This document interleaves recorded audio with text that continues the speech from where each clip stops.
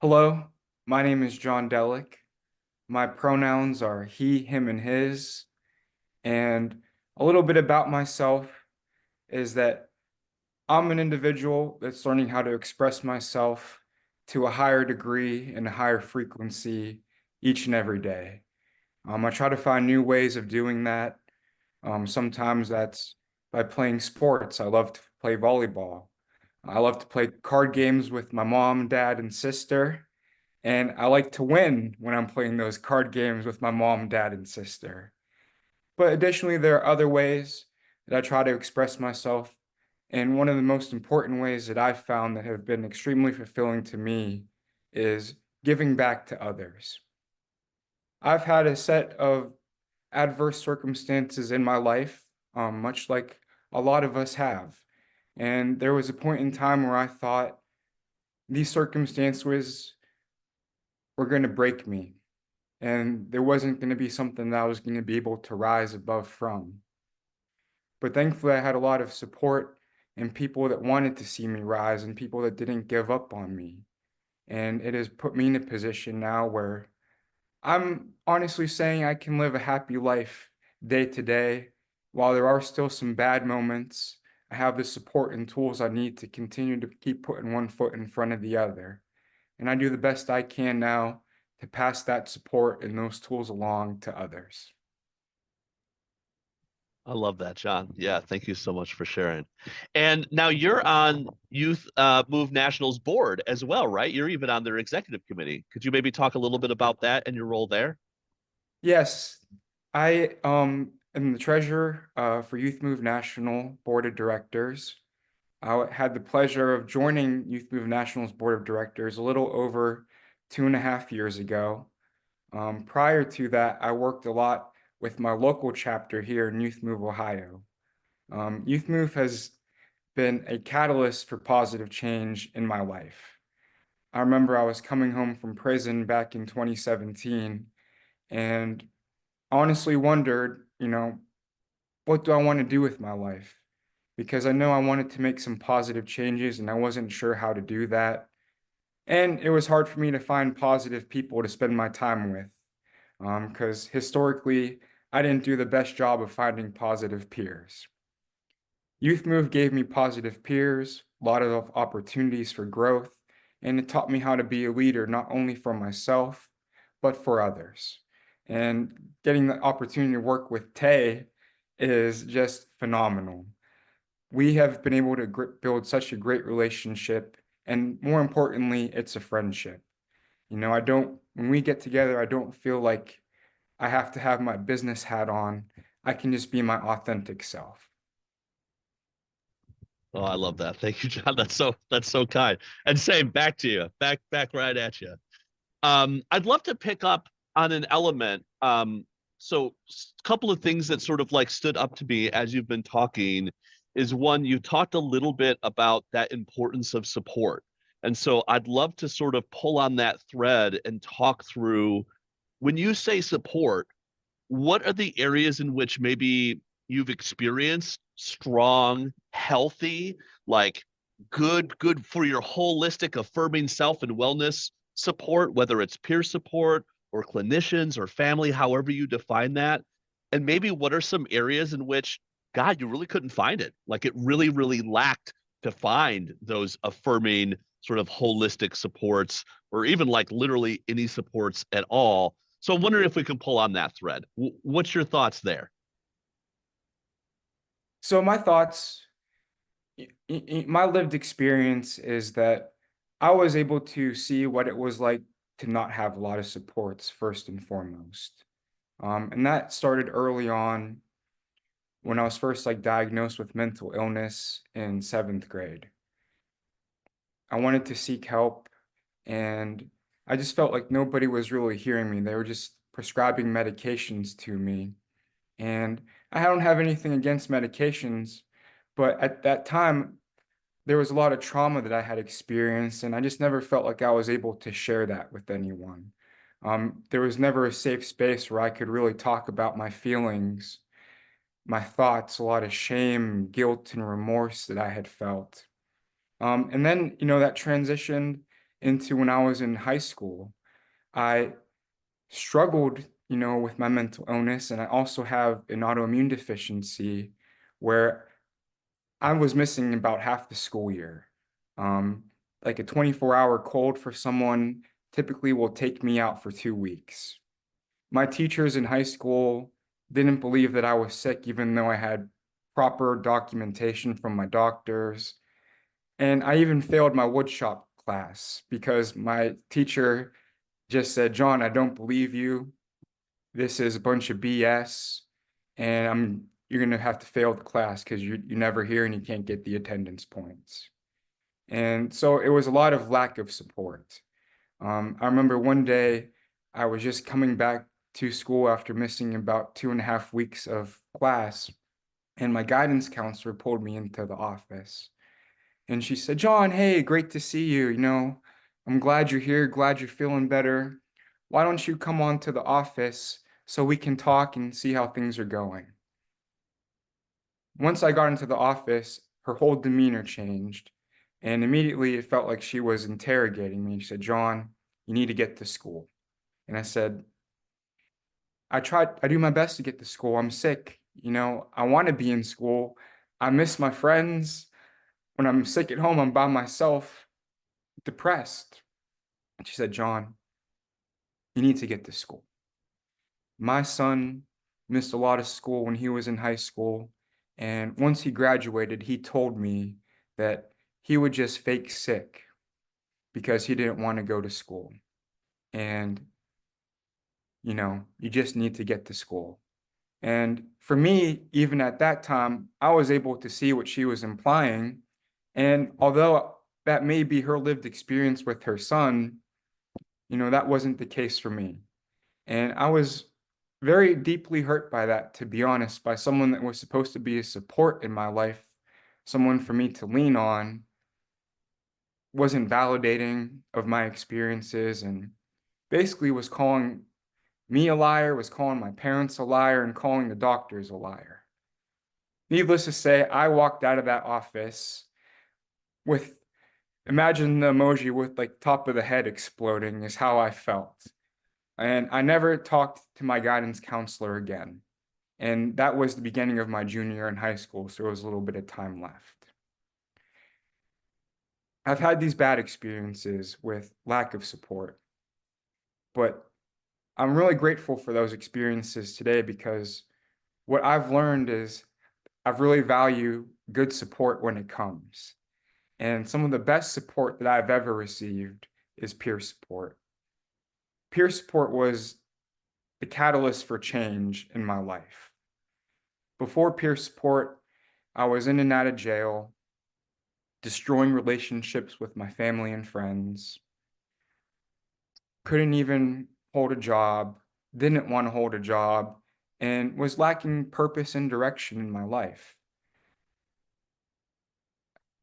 It brought me to the point where I not only contemplated suicide, but I put a handgun to my head and was ready to take it all. Thankfully, and I give all the glory to God for helping me to hang on to see another day. And I put the handgun down that day. And unfortunately, I was on probation at the time, so my PO found the gun and I was taken to county jail and was eventually sentenced to federal prison. But all of that led to something beautiful where I was introduced to peer support. I started working with another man that had similar lived experience as myself, down to the point that he had contemplated suicide and put a handgun to his head. And upon him sharing that with me, I was like, wow, here is someone that can really actually understand what I've been through and what I'm experiencing on the inside. And this man created a safe space for me where I was able to share those thoughts and those feelings that I just always stuffed down. That was my favorite coping mechanism. Whenever I got a feeling I didn't like, I just stuff it down. And after stuffing it down so much, I ran out of space and it just continued to keep me sick. Having this individual where I was able to share all of that and be vulnerable, it was a new experience for me because vulnerability is very hard for me, but it was also a very freeing experience for me. Working with this man, he gave me the encouragement to go on and seek additional help. So since that point in time, I've done therapy. I've gone to different psychologists and psychiatrists. And one of the most challenging but worthwhile therapies that I've done was EMDR.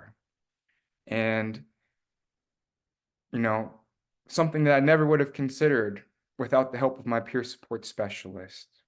And this person has given me a brand new design for living that I try to walk out in my day-to-day life each and every day. And so that's where some of the best support that I've had. Thank you for asking that, Tay. Oh gosh, of course. Thank you for sharing, John. Wow, that's really powerful. I appreciate it. I I've got the second thread that I want to pull on, and you brought it up in this story too around sort of peer support, but just something that just really struck me about what you said, other than all of it, was, just now you said something about like you stuffed it down so much until there wasn't room and you got sick. And I just think, wow, is there not like a literal line to what can happen, not even metaphorically or figuratively? Like when we literally eat, like if we eat too much, there is no longer any space and we can get sick and we can throw up. And I just think I mean, a little bit disturbing, but like if you picture it, like that's what happens with our mental health, right? Like we're doing the same thing. We're just like stuffing it all down, and eventually you're going to run out of room. And when that happens, you're going to get sick, and potentially it's going to come right back up, right? And I can't imagine, I know for my own life, what that has looked like in moments of crisis or in moments of breakdowns or activations, however you want to word it, where yeah, it all came it all came back up, and in not so healthy ways, both for myself and for others and the people around me. So yeah, I just appreciate you really sharing. And I just like really picked up on that as like a really powerful metaphor. So yeah, thank you. I'd love to, if you're open to it, actually kind of go back to where you sort of started that story, because you started to share a little bit around sort of your mental illness in seventh grade and sort of like what that experience was like and how it sort of started this journey. So I'm wondering, let's go back to that. Like what initial thoughts sort of went through your head at that time period? Like what questions did you have for yourself? How did it make you feel? And maybe how long did it last and what was it, right? I got so many questions. Anger, confusion, loss of hope. Take me back to seventh grade and talk to me a little bit about that diagnosis. So, seventh grade, um, it was probably one of the biggest years of my life. And in that point, I had experienced, some trauma within my family. And, by the age of 12, I was already a 4 on the ACEs scale. Um, but in seventh grade, it was a real catalyst for change in my life. And I don't say that in a good way or a bad way. But I was playing soccer at the time, and we were in our fall soccer tournament trying to wrap up the season. And I sustained a really bad physical injury to the point where I had to have emergency surgery. There were then complications from the surgery, and I ended up missing about a month and a half of school. Um, I come back to school, and my teachers, first thing they said is, "Hey, great to see you." And then in the same breath, they gave me a pile of work and said, "Here's everything you missed. You have as many days as you missed to make this up, or else you get a zero." And in middle school, I was on periods. So I had 8 periods in the day. So instant anxiety. Um, but I had faith in myself that I'd be able to start working on it and get it done. And not even a couple weeks went by and I became very discouraged. I remember going to my math teacher at the time and asking her to help explain how to do one of these word problems and to explain it. And she said, was her first reaction. And then she sat down and literally wrote it all out really quickly, said, "There's the answer," and took the paper, graded it, and gave it back to me without ever transferring any knowledge or understanding to me. And I have a little bit of emotional intelligence, so I was able to pick up that she really didn't give a F. That discouraged me from ever asking her for help again.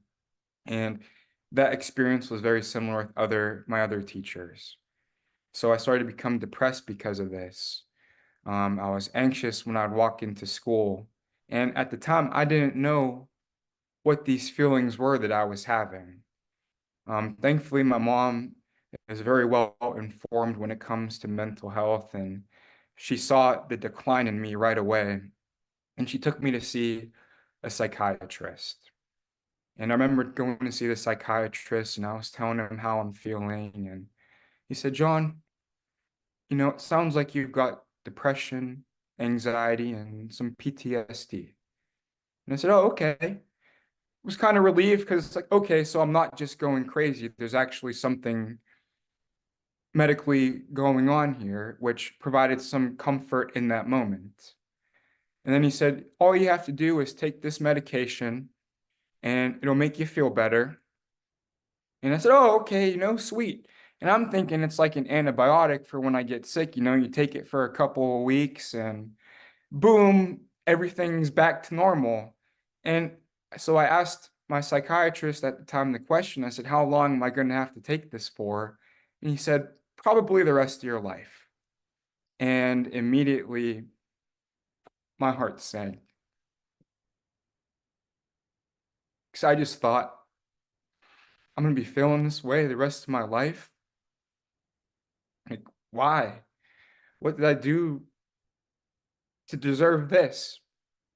And so I struggled with that. And I'll always do my best to appear strong in front of my mom and my dad. And, I know they're always there for me, but at the same time, a quote always goes through my head is, "The parents are only as happy as their saddest child." And so growing up, I never wanted my parents to see me sad because I wanted them to just be happy. And so I took that on the chin and just took the medication and tried my best to keep putting one foot in front of the other. And I started missing more school again. I started to get sick. And I got sick with regularity. I was missing about a couple weeks every month.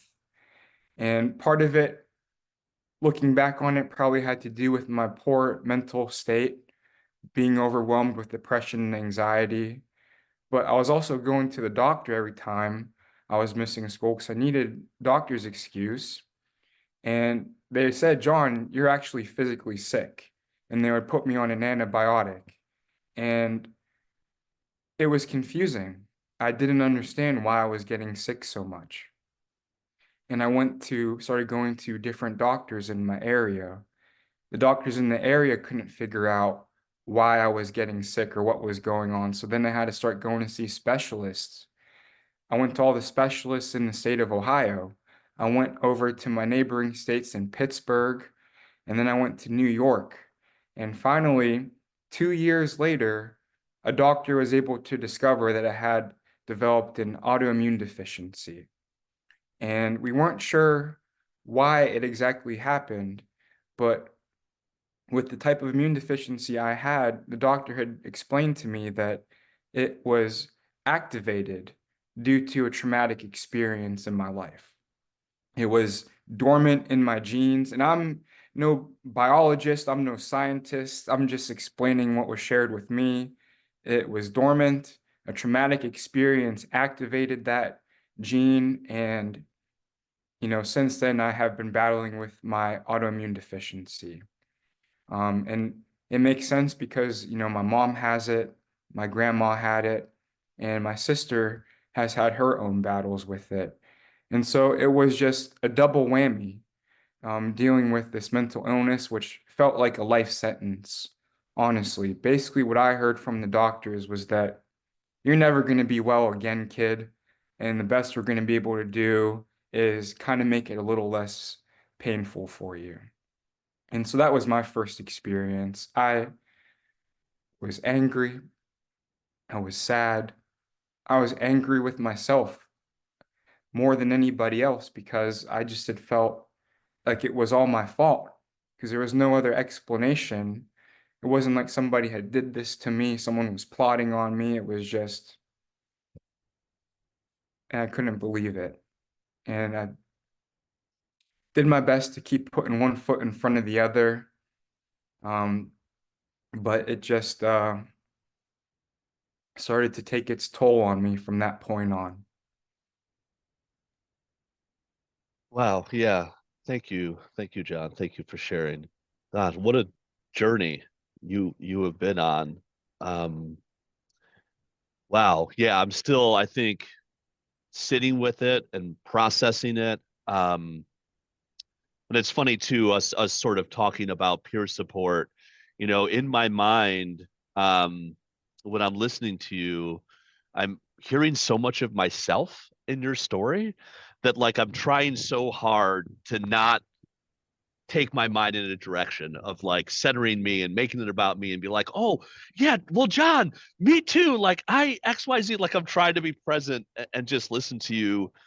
But gosh, I'm experiencing that power of peer support right now, just like in my heart and in my mind, listening to your story with so many parallels to my own life.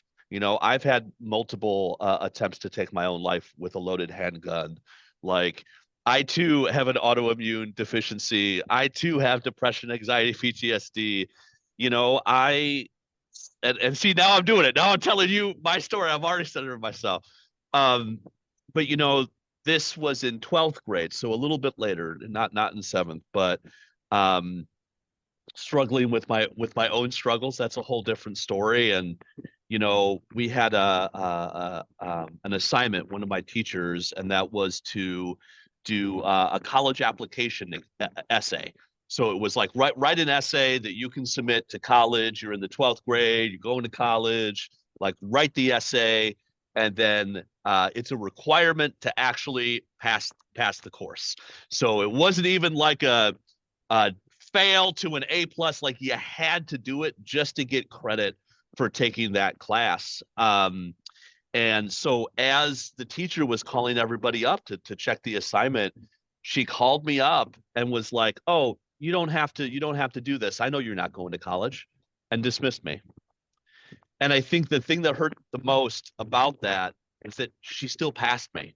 And there was just like this weird, it was almost more hurtful to get past than it would have been to fail. Because I think to fail, there's like a recognition of like who you are. There's a second chance, there's an attempt, but a pass was just felt like a literal pass, like I'm just passing you over. Like you are nothing. You will never go to college. You are not smart enough. You are just you are throwaway, and I'm just gonna pass you like trash, like I would on the street. And oh gosh, did that affected me. And it's kind of funny too. I think about if someone were to ask me to name all of the positive, awesome, good teachers in my life, I would really, really struggle. And if someone would to say, "Hey, name a bad teacher you've had in your life," boy, do I got a story for you immediately. So just thank you for sharing. That like really, really resonated with me. Um, and I'd love to pull on some of those threads I was hearing too, because just like your last story about like stuffing those feelings down, you get to a capacity, you feel sick. I picked up on just like another brilliant metaphor that you used where, taking medication for our mental health like it's an antibiotic. And I feel like I still do that to this day. I still feel like I'm still going to my therapist, my psychiatrist, my doctors, looking for a magic pill, right? Like looking for that pill that just like an antibiotic is just going to fix me. And it can be so devastating when it's like that's not really how it works. And I think I'd love to pull a little bit more on this thread because what happened is you experience trauma, you have this mental health, you have these issues, and it triggers this dormant auto immune deficiency. and then you become physically sick. And it just so struck me that you started that 2 year journey with antibiotics that didn't fix it, right? That like 2 years later. And so it's like we have this idea that like medication or prescription drugs can just fix something. And in some ways, with our physical bodies and our physical life, we think it should. Like antibiotics should knock these things out.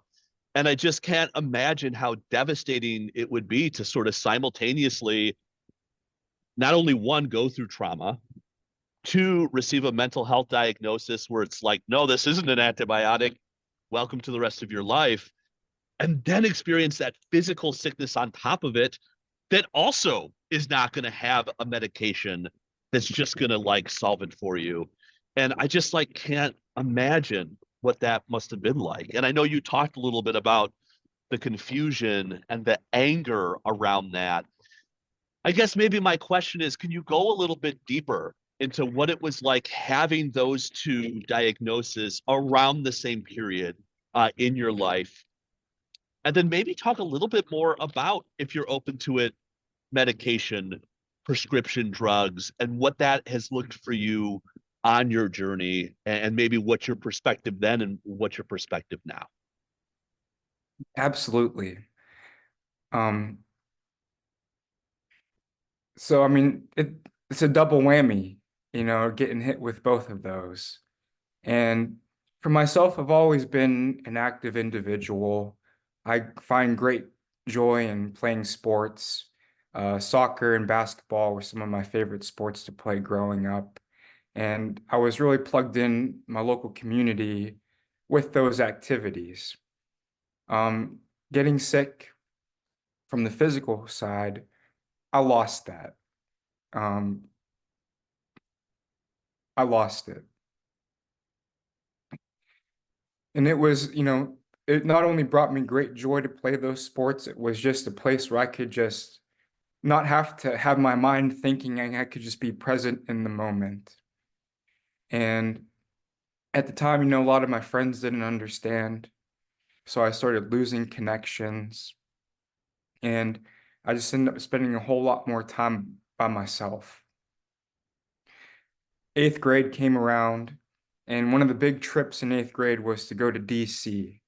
It was something that, you heard about in my school since you were in fifth grade. Like the DC trip in eighth grade, it's the last trip you get out of middle school, you go to high school. And so I've been looking forward to that for such a long time. When eighth grade rolled around, I didn't even bother enrolling and paying the down payment to go to the DC trip because the risk of me getting sick and having to miss it was so high that, and it wasn't worth making the down payment and then losing out on that money. So, and the biggest slap in the face was when the rest of my school was on the DC trip, I was actually healthy that week. And I remember being in school pretty much by myself. Um, Thankfully, I did have one of my close friends there that didn't go on the trip as well. So there was some silver lining there. But this was very much the start of me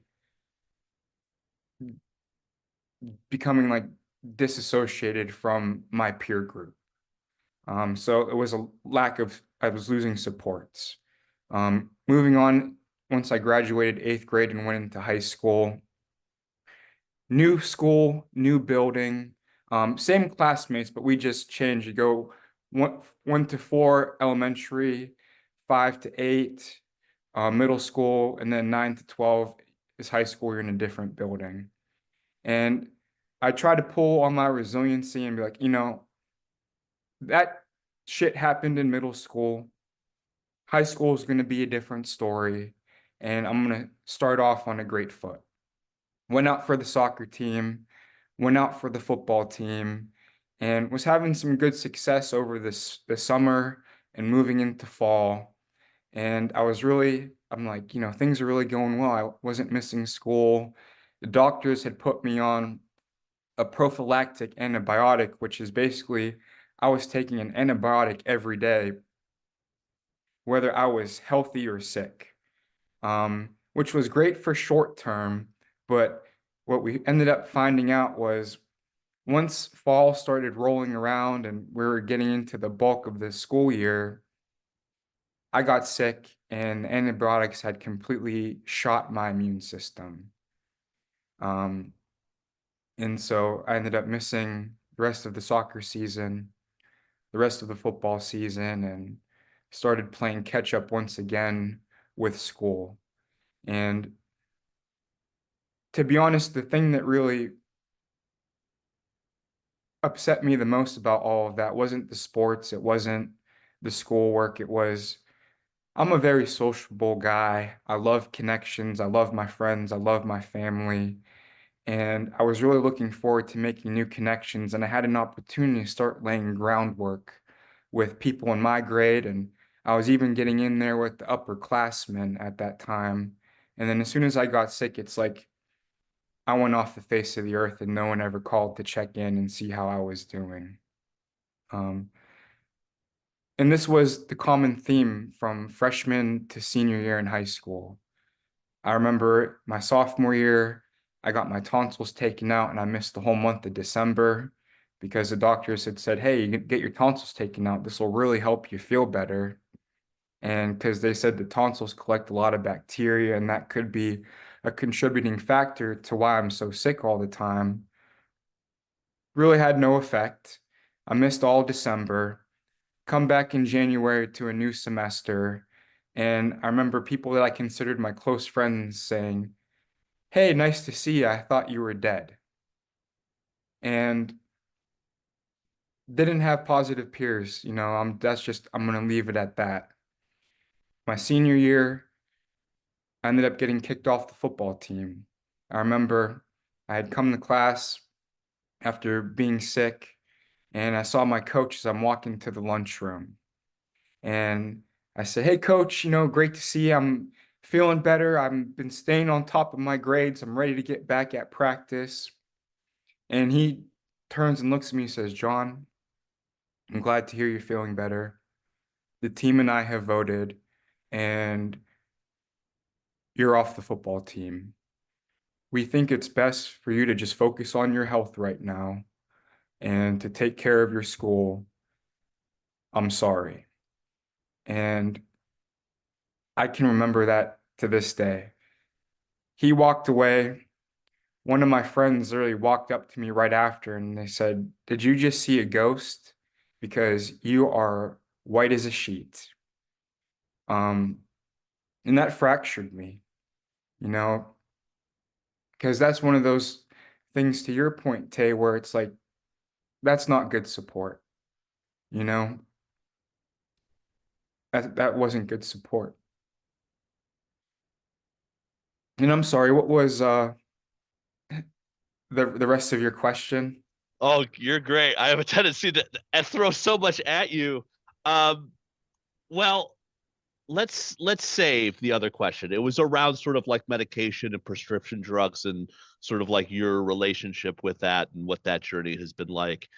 But I'm wondering if we could just do one more to wrap us up for today, because I want to pull on that because it may actually bring us sort of full circle back to peer support, especially when we're talking about youth peer support and sort of the systems of oppression, the isms, ageism that can creep in here because, just listening to what you just said, it's so important to you to be active. It sounded like playing football and playing soccer and playing sports and just being physically active was so special to you.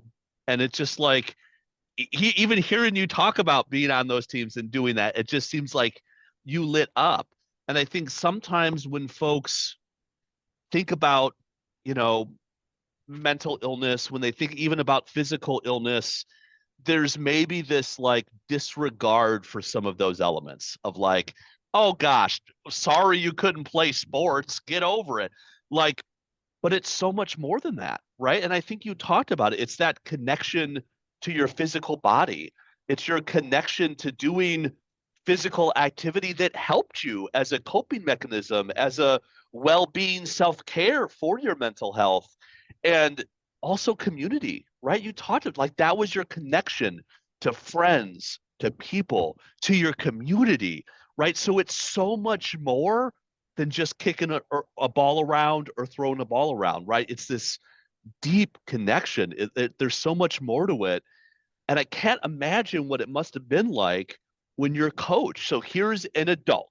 Here's an adult that is supposed to have your best interest in mind, that is supposed to show up and support you, makes a decision for you, right? Really steals your consent, steals your agency, steals your ability to self-identify about your own priorities, your own choices, and is like, no, it's best for you, right? It's not even for us or for the team, or it's best for you, right? Like put that onus on you.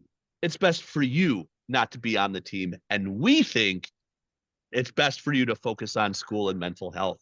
And like, where was the conversation there? Where was even the like, actually, coach, I get to tell you and my teammates what's best for me. And what's best for me is to have that connection to my physical body, to have that connection to friends and to community, and to be able to do something that's really near and dear to my heart. So actually, it's a detriment. Like you're making a decision thinking that it's for my best, but actually, you're doing the exact opposite. And so I'm just wondering, maybe for our last question of the day as we close out, what was that experience like? And did it happen often? Where as a young person, as a youth, dealing with adults who are supposed to be taking care of you. I'm sure there's a lot, right? There's your parents, there's your teachers, there's your coaches, there's your doctors. Did you run into this often? This circumstance where adults are kind of making a decision for you that really has a detriment, like it has an adverse effect on you, and that's really not the decision you would make. That's, I think, my question, if that makes sense. That makes complete sense. And my answer to that question is yes. My mom was my biggest advocate, and I just need to uplift her right now because she was my biggest support. She was the person that would not only explain everything going on to me, but also help me to weigh the pros and cons. While everybody else was just pushing me into what they think is best, what I need to do. Here's what you need to do. You need to take all these medications. This is going to help you. Here's what you need to do. You need to get off the football team and focus on your mental health. Here's what you need to do, John. You need to take computer classes online because you can't get to class. And so you need to work on this stuff by yourself instead of being with your classmates. Um, and the part to me is I don't blame the adults because what really was going through my mind at that time was these are adults. These people have more wisdom and experience, and a lot of them are coming from professional jobs where this is what they're supposed to do is to help young people in some capacity, whether it's education, mental health, et cetera, et cetera. And so I trusted these people to make good decisions on my behalf because at 16, 17, 18, I don't have a lot of understanding, a lot of knowledge, a lot of perspective. And so I needed to rely on other people that when I relied on them, unfortunately, they kind of let me down. And it's again, it's two-sided because those experiences are crummy and it sucks that a lot of that stuff had to happen. At the same time, the other side of that coin is I just see my mom as a hero. You know, she would always go to bat for me. And she set a wonderful example on how to advocate for my needs. She taught me how to advocate, be an advocate in general. And that has set the foundation for a lot of the work I have the privilege of doing today in advocating for others, but more importantly, empowering others to advocate for themselves. Wow. I love that message, John. Yeah. Yeah, that's powerful. And gosh, your mom sounds awesome. Oh my gosh, that's so great. So I know I have to close out our time for today, but I'm wondering if I could ask you one more question, just because I want to keep going down this path. And you talk a lot about your mom and how your mom is your hero and you light up and it just seems that even thinking about her brings you so much joy. So, John, my final question for you today is what brings you joy? What's bringing you joy in this moment, today, this week? What brings you joy? What's what's bringing me joy right now is having the opportunity to just have this conversation with you, Tay. I think the most beautiful thing about peer support is, to your point, we have these similar experiences, these shared experiences that I myself, I don't ever want to tell anybody else about any of this stuff and talk about it with anybody because the first thing that goes through my head is, oh, they're not going to get it. But when I'm with a peer, I'm with a friend that has that similar experience and we can relate. And not only can we understand, we can feel the lows, we can feel the highs. And look at us. We're laughing, we're having a good time. And that's what's bringing me joy because this is what just gets me going is peer support, empowering each other and supporting each other. Oh my gosh, I love that. I so appreciate you so much, John. This was awesome.